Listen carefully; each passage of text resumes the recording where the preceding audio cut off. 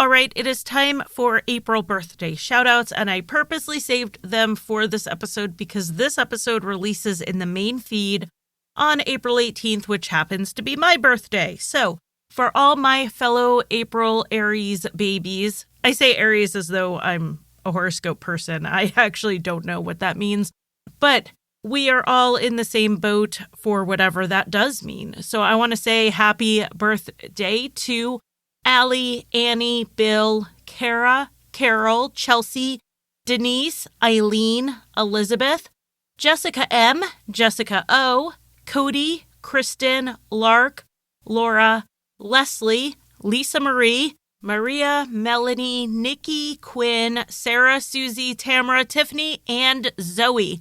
Happy birthday, everyone. Go have some cake, enjoy your day, your month, whatever you celebrate, and have a great birthday.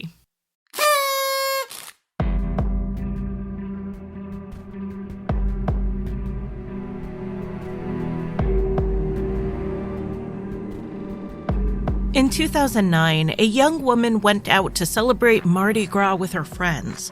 When she didn't return home, everyone was worried. But when the suspects pointed fingers at each other, learning what happened would be difficult. But even more difficult was the question of why. I'm Charlie, and welcome to Crime Lines.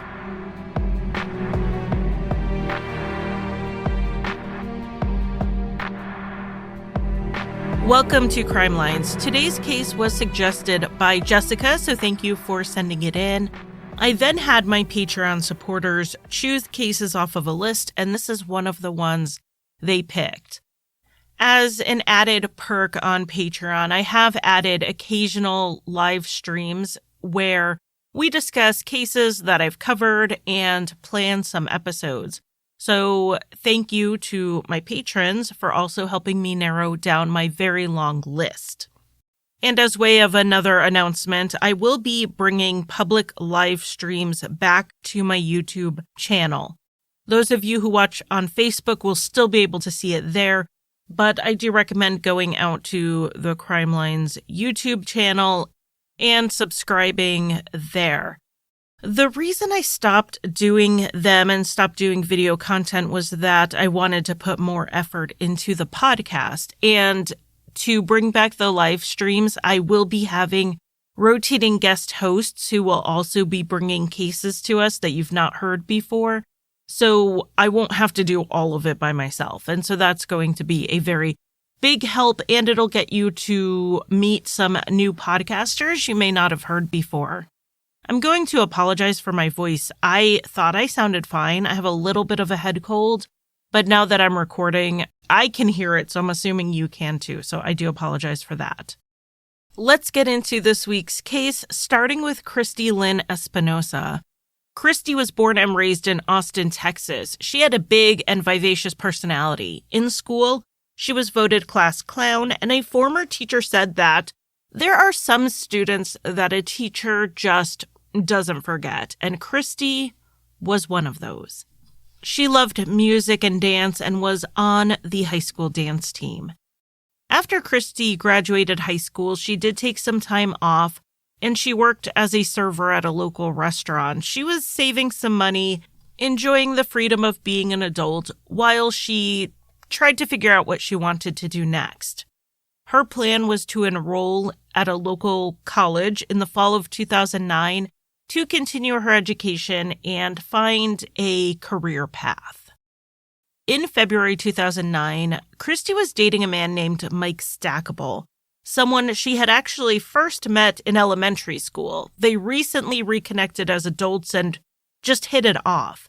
They had a great relationship. Michael really encouraged Christy to get back to school and to follow her dreams.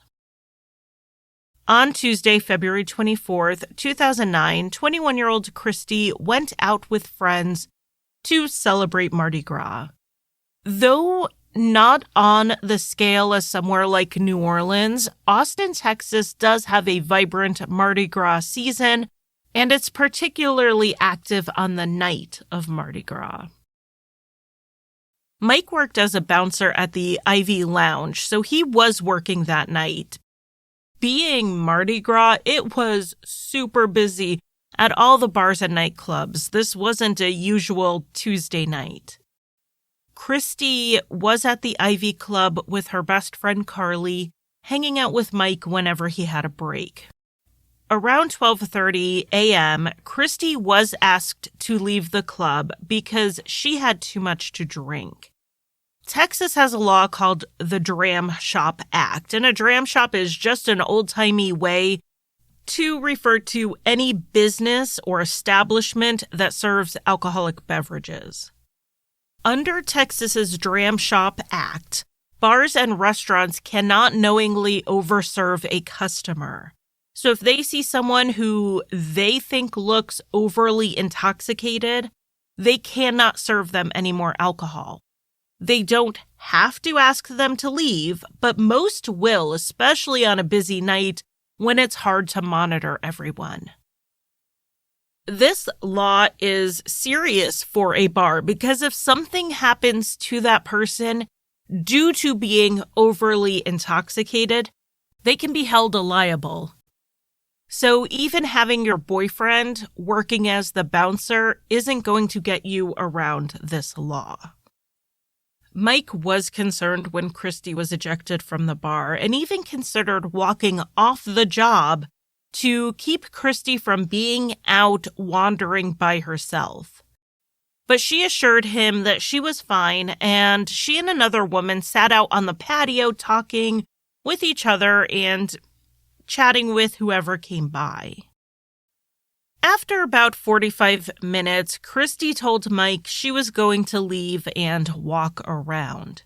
She indicated she was going with the woman she had been talking to, someone Mike didn't know, and it appeared she was someone Christy had just met that night. She told Mike they would go to another club nearby. Mike was still a little concerned about being separated from Christy, and the woman offered him her phone number so he could call if he needed to reach Christy at any point. Mike took down the number. Mike assumed Christy would stay in the area because 6th Street, where the Ivy Lounge was, is the area where all the bars and nightclubs are concentrated in Austin. Christy would have no reason to leave the area. Last call in Austin, Texas is 2 a.m., so Mike expected to see or hear from Christy shortly after that. When he didn't hear from her by 3 a.m., he called to the number the other woman had given him. The person who answered told him it was the wrong number. So Mike and Christy's friend Carly walked up and down 6th Street looking for her, assuming they would find her standing outside a bar, chatting away, but they couldn't find Christy. Mike then went home to wait for her, and while he waited, he called her friends, he called local hospitals to see if he could figure out where she was. In the morning, he finally called her parents, probably calling them last so as to not worry them when this turned out to be nothing. And together, they all decided to wait until 1 p.m. If Christy was out somewhere where she decided to sleep over, she was drinking, so maybe she would sleep in. And by 1 p.m., they would expect to hear from her. And if they didn't, they would then report her missing. While Mike was calling around looking for Christy, around 5 a.m., someone called 911 to report what appeared to be a grass fire outside of Austin in a rural area. When the fire department got there, they found that it was not a grass fire at all. It was a body with 3-foot flames shooting up. As soon as the scene was secured, homicide detectives arrived. They couldn't identify the woman on site, but they did find a military identification card near the body. The ID card wasn't for someone enlisted in the Army, but rather a dependent. The card said Martha Medina Hernandez. But when the body was transported for autopsy, they were able to get some forensic evidence. The reporting is vague on this, but I do have to assume it was probably fingerprints, because they very quickly identified the body as not being Martha Medina Hernandez, but rather being 21-year-old Christy Lynn Espinosa.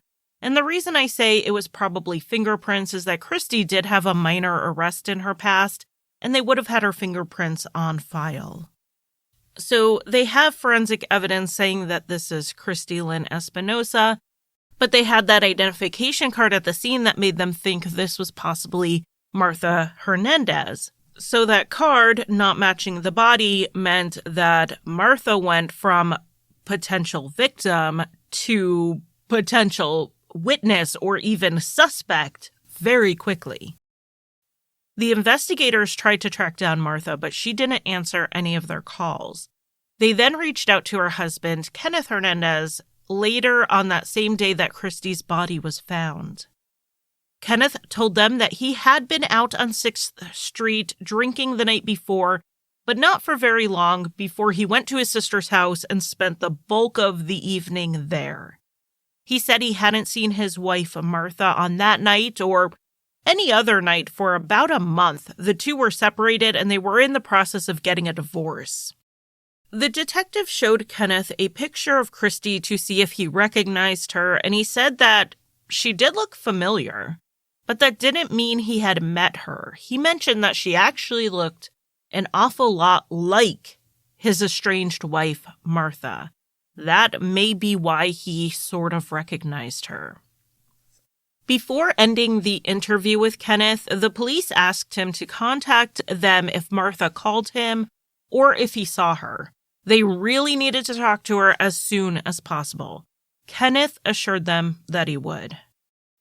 Meanwhile, the autopsy results came in. The ME found that Christy was dead at the time her body was set on fire and that an accelerant was used. More testing of Christy's clothing and the soil under her body showed that the accelerant was gasoline. Though the tox screen came back showing alcohol and marijuana along with prescription medications in Christy's system, nothing, not even the alcohol, was at a high enough level to have caused her death. It's not like this was a case of alcohol poisoning or an overdose that caused someone to panic and then try to get rid of her body. There was an injury to the back of Christy's neck, but this injury also wouldn't have been fatal. The cause of death was determined to be suffocation. The investigators still really wanted to find and talk to Martha Hernandez, but they couldn't locate her. Fortunately, her sister-in-law, Rebecca, who was Kenneth's sister, reached out and told them that she knew that Martha had left the United States and was staying with family in Mexico. And she had left shortly after Christy's body was found. Rebecca offered that she and Kenneth go to where Martha was and get her to come back to the United States. Now, the investigators couldn't authorize something like this, getting family to essentially apprehend a suspect in another country. But if Kenneth and Rebecca went down there on their own, and Martha did just so happen to return to the United States with them, Rebecca could call and tip them off as to where Martha was crossing the border. But the entire trip was not sanctioned by law enforcement. They would respond to a tip should that tip come in. Honestly, while Martha was obviously a suspect at this point, they did not have enough to arrest her in Christy's murder. And really, they weren't entirely sure she was the right person. This all looked suspicious. Her ID was found near the body, and she just so happened to immediately leave the country. But they were missing a lot of information, like how Martha and Christy even linked up, if they even knew each other. The investigators knew that Martha had an outstanding warrant in another case. This wasn't something the authorities would go extradite her from Mexico over, but when she re-entered the United States, they would be allowed to immediately take her into custody for this warrant. And the warrant came from a case from July of 2008, the year before, and it stemmed from a domestic violence incident. Kenneth had confronted Martha with accusations she was cheating on him. The fight escalated, and Martha began throwing and smashing things. Then she pulled a knife and threatened to kill Kenneth.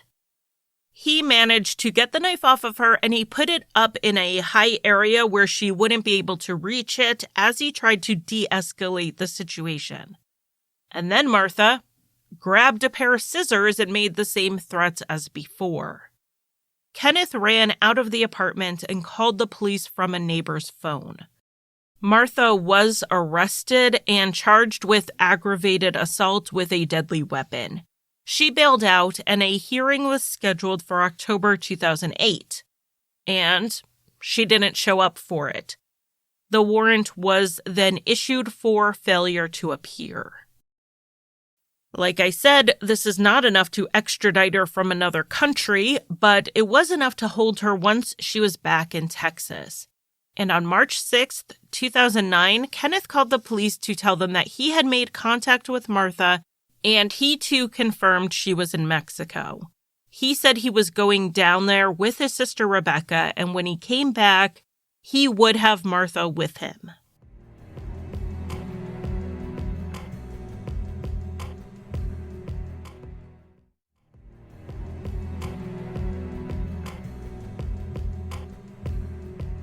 So we have Kenneth and Rebecca going to Mexico and seemingly to bring back a suspect. But the investigators were a little bit worried. They hadn't entirely ruled Kenneth out from being involved. Remember how the woman Christy was with that night gave a phone number to Mike? And it turned out to be the wrong number? Well, the investigators learned it used to be Kenneth's phone number. And Christy told Mike they were going to head over to a place called Fuel, which was somewhere the investigation had led the police already, as somewhere Kenneth and Martha had been that night. So they worried Kenneth may be setting things up to cross the border himself to then disappear. But luckily, that is not what happened. Rebecca kept in touch with the authorities, and the police were waiting at the bridge in Eagle Pass, Texas, to intercept Martha if she returned with Kenneth and Rebecca. And when she did on March 7th, they arrested 26-year-old Martha Medina Hernandez on that outstanding warrant. Martha then agreed to talk with the police, and she gave them multiple contradictory statements on the 7th, the 8th, and the 9th as they questioned her about the murder of Christy Espinosa. In the first interview, Martha admitted that she was in that bar and club area on the night of Mardi Gras, but she denied meeting Christy. She also said she didn't see Kenneth that night and had no idea why some woman would give Christy's boyfriend Kenneth's old phone number. Martha said she was with a group of people, but would only name one of them, a friend of hers named Andrew, whose name inexplicably changed to Casper at one point and then went back to being Andrew. Martha was asked about her ID card being found near Christy's body, and she said her purse had previously been stolen. She didn't actually have possession of the ID card at the time of the murder. So someone who stole her purse, who also happened to know her husband's old cell phone number, must have been the killer. That's the story she was telling. The investigators told Martha straight up that they had enough to charge her with the murder right then, but she denied knowing anything. So now let's get to the changes in statement number 2, which was given the next day. It seems that Martha had considered what the police were telling her about all this evidence against her, and she weighed her options. So this time, Martha decided to come clean, or at least give one possible version of events. This time, Martha admitted she was with Kenneth that night, and she admitted that they did meet Christy outside of a bar. She said she previously lied about it because Kenneth told her to. She said that after Christy's body was found and the police tracked down Kenneth, he talked to Martha on the phone and told her they needed to deny being together that night. This call was made after the police explicitly told Kenneth to contact them if he talked to Martha. Phone records would confirm that this call did take place. Martha then walked the investigators through what happened on the night of Christy's death. She said that the three of them all decided to go to another club, but it was full, so the bouncer turned them away at the door. So they went to Kenneth's car to get some cigarettes. They then walked over to a convenience store, and Kenneth bought some orange juice. They used this orange juice as a mixer to go along with some alcohol Kenneth had in his car. The three drove around drinking while Christy sat in the front passenger seat. As they drove around, Martha and Kenneth realized that Christy had passed out. They then realized she wasn't just unconscious, but she was actually dead. Martha said she did not know why Christy died, because it was very sudden, but she thought that perhaps it was either alcohol poisoning or mixing alcohol with other drugs. Kenneth and Martha panicked and decided they needed to get rid of Christy's body. She said they drove to a gas station where Kenneth bought a gas can and some gasoline before they drove out to a rural area. Once there, Kenneth put Christy's body in a field. Kenneth doused it with gasoline, and then Kenneth asked Martha for a cigarette lighter. She handed it to him, and Kenneth lit the body on fire.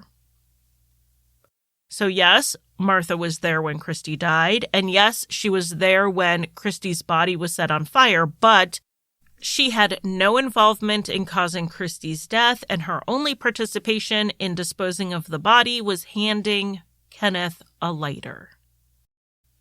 There were several points in this story that the police could verify. They had security footage from the convenience store showing Kenneth buying 3 bottles of orange juice at 1:45 a.m. From the cameras outside of the store, they could see him hand something to a person in the front passenger seat. They also saw that person was turned around and appeared to be talking to someone in the back seat. At 3:17 a.m., more CCTV footage showed Kenneth driving through a toll booth between Austin and the spot where the body was found. The toll booth employee was interviewed and actually remembered Kenneth because he was agitated and in a rush. He almost drove off without getting his change. She also said there was a woman in the front seat who appeared to be sleeping and a woman in the back seat who was awake. And then, 10 minutes later, Kenneth was again seen on security footage at a gas station. This shows him buying cigarettes and a gas can. He then went out to the gas pumps and filled up the gas can. He smoked a cigarette and got back into his car. These are the points that back up Martha's story. What doesn't back it up is the cause of death. Christy did not overdose. She didn't have a sudden heart attack or die of alcohol poisoning. She was suffocated. But Martha connected herself and Kenneth to Christy's death, and this showed some cracks in their united front of deny, deny, deny. Martha even told the police that Kenneth had said some things after Christy's death that she claimed were untrue, and she was worried he was going to blame her for what happened. In this interview, the investigators got a huge step closer to a confession, so they gave Martha another day behind bars to think things over, and they interviewed her again on March 9th. This time, they confronted Martha with the evidence she was lying, which was the autopsy results that said Christy was suffocated. At first, Martha tried to stick with the accidental death story, but eventually she changed it again. In this version of the story, she said that prior to that night, Kenneth had been pressuring her into having a threesome, and that may have been why Kenneth picked Christy up that night and drove around with her. As they were driving around, Martha said Christy got really quiet, and Martha asked if she was okay. Kenneth told Martha that he had given Christy some bars, meaning Xanax, and that Christy had passed out. While she was unconscious, Kenneth started to put his hand up her shirt. Martha said that she told him to stop it. She said that Kenneth then got anxious. He was afraid he was going to get in trouble for giving Christy the Xanax illegally. Not only did he have a career in the Army, but he actually worked in healthcare. Rather than let Christy go and tell on him for whatever happened that night, he ordered Martha to put her hand over Christy's mouth and cut off her air supply. Martha said Kenneth was an abusive husband and she was afraid of him, so she tried to do what he said. She said she may have even pulled Christy's head back hard enough to give her the neck injury. But Martha couldn't kill her. She just didn't have it in her. So Kenneth reached over and killed Christy himself by putting his hand over her mouth and nose. Martha said that while Kenneth killed Christy, she put her head down in the back seat and tried to block it out. Then the rest of the night progressed the way she had already said. And, according to Martha, everything she did that night was because she was afraid of what Kenneth would do to her if she didn't. Based on Martha's statement and the evidence, Kenneth was arrested the next day and charged alongside with Martha with Christy's murder. And like Martha, Kenneth decided to talk to the police and he had yet another version for them. Like Martha's statement, it came out over more than one interview, but I'm just going to combine his statements into one. We have Martha's final story, and now let's hear Kenneth's. Kenneth admitted that he and Martha were together that night when they met Christy. He said that when they left to drive around, Martha was initially in the front seat and Christy was in the back. He said that they stopped at some point and the two changed seats for an unknown reason.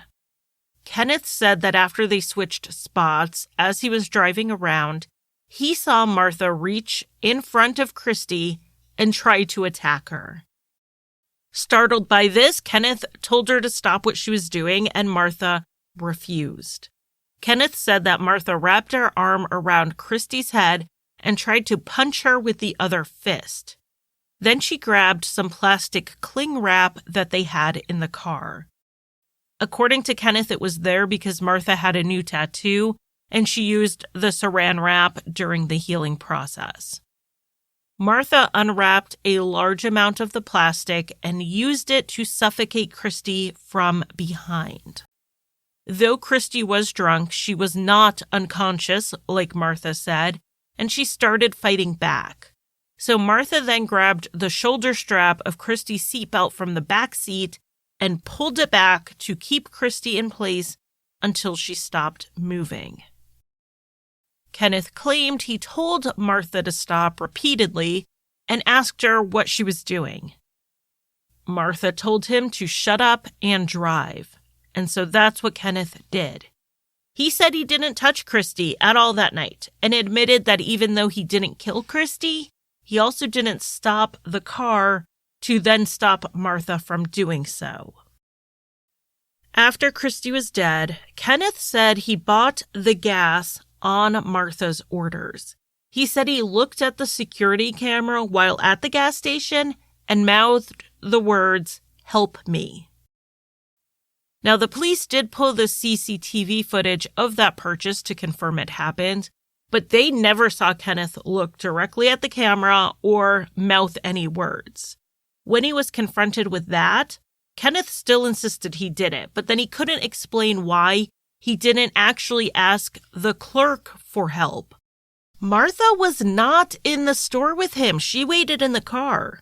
So if Kenneth was doing this against his will, he did little to nothing to get free from Martha, even when he had the opportunity to do so. Kenneth then said he drove out to where they dumped Christy's body. He said it was Martha who pulled Christy's body from the car. It was Martha who poured the gasoline on, and it was Martha who set Christy's body on fire while he waited in the car. Just like Martha tried to do, Kenneth put his hands off any crime. Kenneth said they then drove home, and Martha threw away their clothes, cleaned out the car, and then had it washed and detailed. And then she left for Mexico. The investigators wanted to know why Kenneth lied to them at first if he didn't do anything and it was all Martha. He said he was worried that Martha would hurt their son. So yes, to add to the tragedy here, we do have co-victims here because Kenneth and Martha had children. And particularly the son they shared, who first dealt with his parents' domestic violence and also separation from them when they were both arrested. As for why Martha killed Christy, Kenneth claimed it was jealousy. Kenneth had been dancing with Christy at the club, and Martha thought they were flirting. But he also gave another possible motive. As Kenneth had noted the first time the police spoke with him, Christy looked a lot like Martha.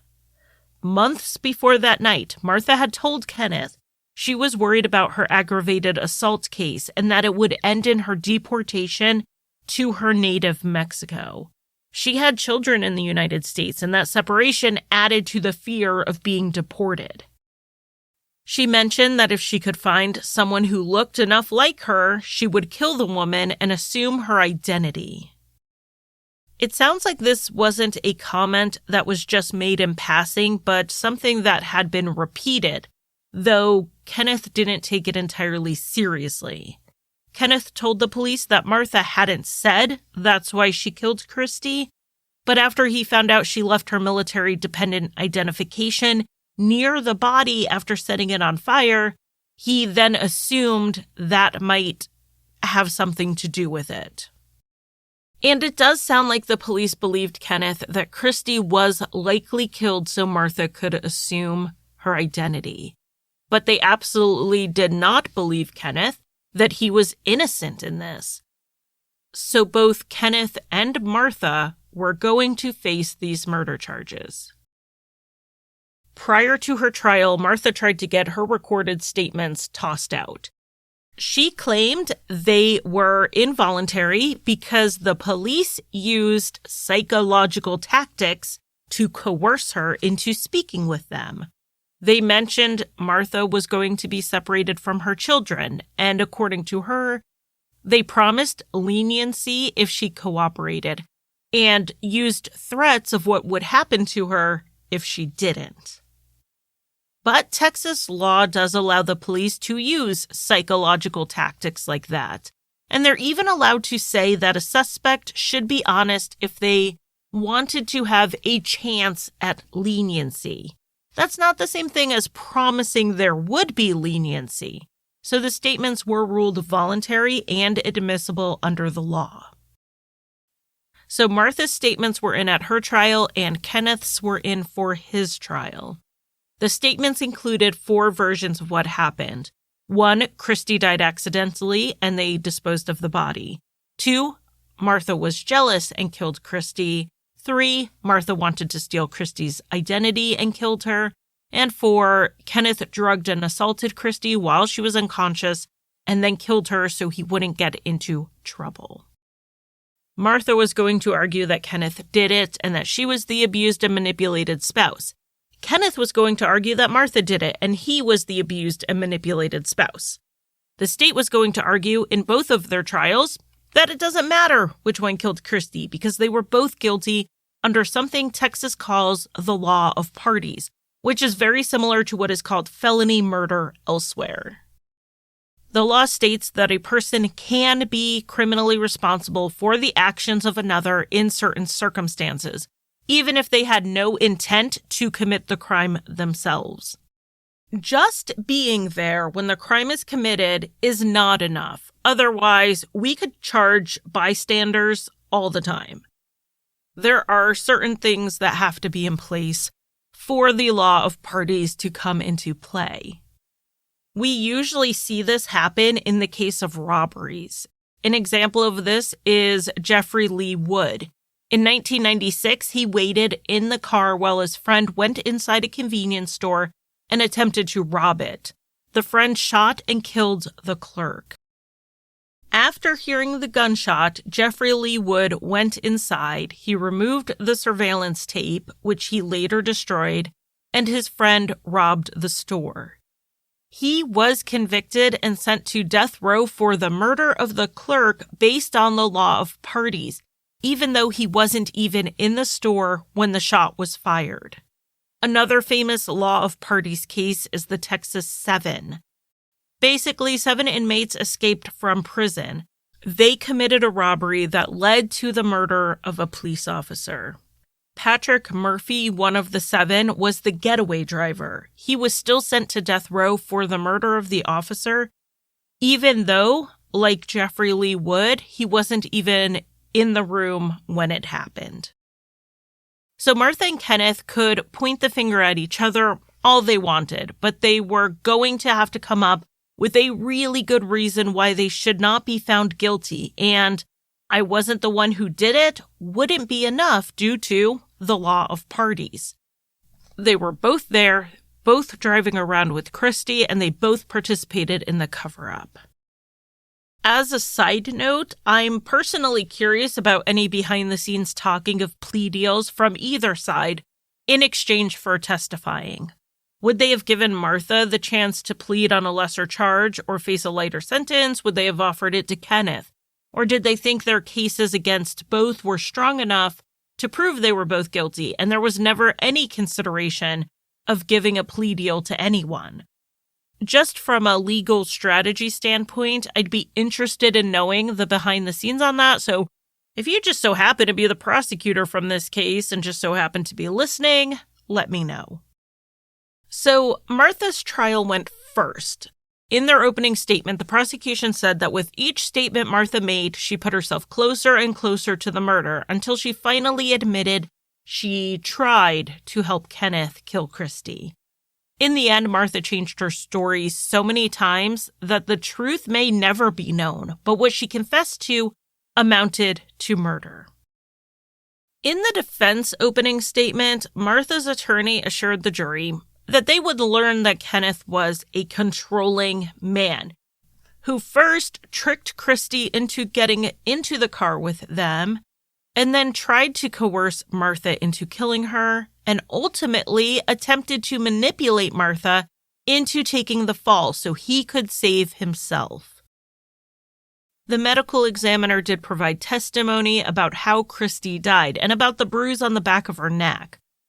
The state used this as evidence that Martha did use her hands in the attack on Christy from behind, and it may not have been this half-hearted attempt she tried to portray it as. There is also forensic evidence at the scene that pointed to Martha. There were Mardi Gras beads found near the body with mixed DNA on them. Martha could not be excluded from being a contributor. Add that to the ID found at the scene, and it's putting Martha closer to the body than she claimed when she said it was Kenneth who set the fire. Kenneth's sister Rebecca testified for the state, saying that a week after Christy's murder, Kenneth went to the Seton Shoal Creek Hospital because he could not sleep. After he was released, he told Rebecca that he had a plan to go get Martha from Mexico and bring her back to Texas to face the consequences of what she did. Rebecca said that they were in a hotel in Mexico on the way back to Texas. They weren't too far from the border when Martha confessed to her. She said Kenneth was in the shower at the time, so he did not hear what Martha said. Rebecca testified that she asked Martha straight out what happened the night Christy died, and Martha got quiet. Rebecca asked her, "What did you do?" Martha replied that she had plastic in the car and she put it over Christy's mouth. The prosecutor then asked about a motive, and Rebecca did not have an answer for this. However, she had previously told the police that the motive was to steal Christy's identity. When she was shown that statement and asked what Martha had said about the identification, Rebecca said that Martha did admit to her that she put it there so the police would think the body was hers. She was trying to get the police to stop looking for her for that outstanding warrant. On cross-examination, the defense took shots at Rebecca's credibility due to a previous theft conviction. He also pointed out that Rebecca gave conflicting statements and didn't bring up the confession in the hotel room until weeks after Martha's arrest. In fact, she didn't mention it until after her brother was arrested and charged. It sounded like she was trying to protect him. Martha's recorded interviews, however, were really the smoking gun bombshell evidence for the jury. It's really difficult for her to back out of what she admitted to and to the fact that she lied repeatedly to the police. The defense focused on the abused partner defense, saying that Martha was scared of what would happen if she didn't do what Kenneth ordered her to do. They called an expert in intimate partner violence to the stand who testified about research into people complying with authority, even when it meant going against their own values. He testified that Martha complied with a person who usually ordered her around, and that person was Kenneth. But the jury wasn't so sure about that and certainly didn't think it negated Martha's culpability. The jury deliberated for about 3 hours before they found Martha guilty of murder. At the sentencing hearing, Martha's brother testified about her upbringing and things that could be seen as mitigating circumstances, like their father dying when they were young and about Martha being sexually assaulted as a teenager. The defense also pointed out that Martha had young children she hoped to eventually be free to see and asked for a fair sentence. Whether the mitigating factors swayed the jury or they did believe that Martha was to some degree coerced, I don't know, but they came back with a 60-year sentence, and Martha will be eligible for parole after 30. She could be out of prison in her mid-50s, even though the jury did have the option of sending her away for life. And then we move on to trial number 2, Kenneth Hernandez. Kenneth pleaded guilty to a tampering with evidence charge for burning Christy's body, so that was not going to be a charge going into trial. They were just focused on the murder case. There is nothing to prevent a prosecutor from presenting 2 different theories of the crime to 2 different juries. They could have argued that they believed Martha killed Christy in her trial and turned around and argued that Kenneth killed her in his. Both of these theories are consistent with the evidence. But the prosecution did not do this. They instead argued that Kenneth assisted Martha in killing Christy. Even if all you have is Kenneth's statement about what happened, he said he was in the driver's seat, Martha was in the back seat, and Christy was right next to him in the passenger seat. He said there was a struggle where Christy tried to fight Martha off, yet he kept driving when he, the biggest and strongest person in that car, could have stopped the car and stopped the attack, based not just on his size, but his proximity to Christy. So not only did he sit feet away from Christy as she was killed and did nothing, he then bought the gas at the station.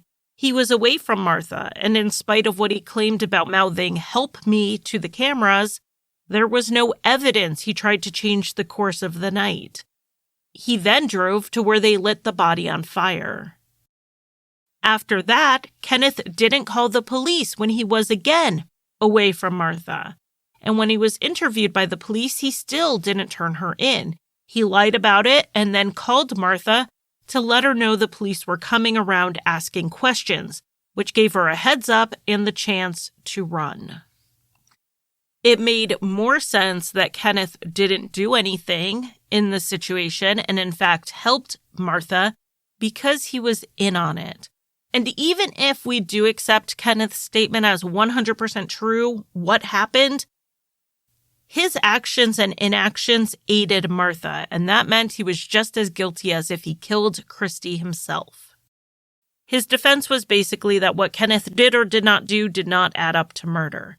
Yes, he was a coward who was manipulated by his abusive wife, but he wasn't a killer. The state in this trial called a jailhouse informant named Damon to the stand. I have mentioned before that I'm not a fan of incentivized witnesses, but there is an important thing with Damon's story. He had a specific detail that had not been made public, and that lends some credibility to his story. Damon shared a cell with Kenneth at the county jail, and he testified Kenneth told him that he and Martha killed Christy so Martha could take over her identity. The answer to which one of them killed Christy was that they both did it. Damon said he was told Martha started the attack by trying to strangle Christy, but Christy was fighting her off. Kenneth tried to hold her down, but he was also driving, so he couldn't be of much assistance. According to Damon, Kenneth was the one who told Martha to get the saran wrap and use it. Afterwards, Kenneth told Damon that he pulled his car to the side of the gas station convenience store to avoid the car being seen on security cameras by the gas pumps. And that is the part of the story that was never in the media. It never mentioned where Kenneth parked. Damon also said that Kenneth told him he was the one who poured the gasoline on Christy's body, and Martha was the one who set it on fire. So this was not a who did it, it was they both did it.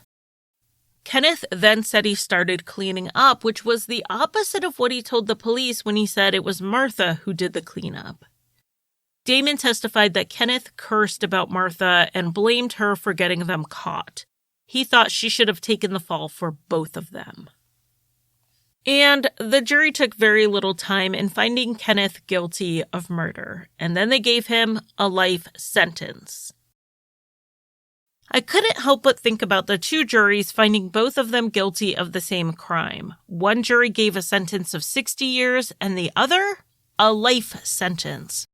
Their defenses were the exact same. They were coerced into participation by an abusive spouse. So was there a mitigating factor in Martha's case that led them to mercy, or is this a gender issue? Did the jury have a harder time finding a man the victim of coercive control rather than a woman? But then I looked both of them up on the Texas inmate search, which tells me their earliest parole dates. They're the same. Kenneth also has parole eligibility at 30 years. And if Martha has to serve her entire sentence, she will be nearly 90 when released, making it effectively a life sentence. So while disparity in sentencing seems like the type of rabbit hole I would go down, these sentences turned out to be more or less two different ways to say the same thing. Unless more information is released one day about the thinking behind saying 60 years versus a life sentence, but giving them the same non-parole period, we really can't say very much about what these sentences say about how the jury perceived the two killers. After the trials were over, Christy Espinosa's family praised both juries. At the courthouse, her father said the jurors, quote, ultimately gave Christy her voice and allowed for justice to happen here. This will forever be a place that will be in our hearts. Thank you for listening. You can find Crime Lines on Facebook, Twitter, Instagram, and occasionally TikTok. Crime Lines is on Patreon, where I offer early and ad-free episodes as well as bonus content. Visit patreon.com/crimelines. If you want to buy me a coffee, the official drink of Crime Lines, you can give a one-time donation at basementfortproductions.com/support. And if you need a palate cleanser after listening to heavier true crime shows, check out Rusty Hinges, an allegedly funny history, mystery, and true crime show that I co-created and write for.